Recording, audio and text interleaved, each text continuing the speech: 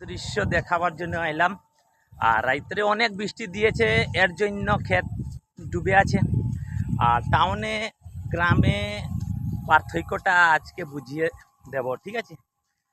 আপনাদেরকে এটাই বলতে চাই যে টাউনে বা অফিসে বড় বড় লোক যে কাজ করে চাউল খাচ্ছেন, ওনারা তো ক্ষেতের মর্মটা বুঝে না, কত কষ্ট করে ধান ফলানো হয় বা কত কষ্ট করে এই জমি চাষ করে ক্ষেতের কাজ করে আর ধানের ফলাইতে কত কষ্ট হয়, তবে শহরের লোক খেতে পারে।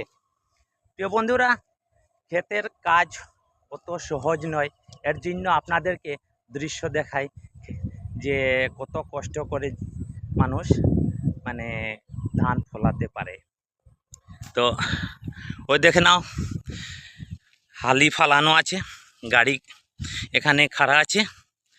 আর ক্ষেতের মধ্যে জলে অনেক বেশি, ক্ষেতে জল অনেক বেশি, এর জন্য মানে কি বলবো আর আপনাদেরকে, রাতে অনেক বৃষ্টি হয়েছিল, এর জন্য ক্ষেত ডুবে আছে সব। তো আজকে আর কোনো ক্ষেত এই জমিতে চাষ করা হবে না। তো প্রিয় বন্ধুরা, এটাই বলবো যে না, জলের মধ্যে নেমে যেতে হয়। ওই দেখে অনেক সুন্দর হয়েছে। আর শ্রাবণ মাসে মধ্যে এটা রোপণ করা হবে। আর খেতে যাবার রাস্তা দেখে নাও কত খারাপ।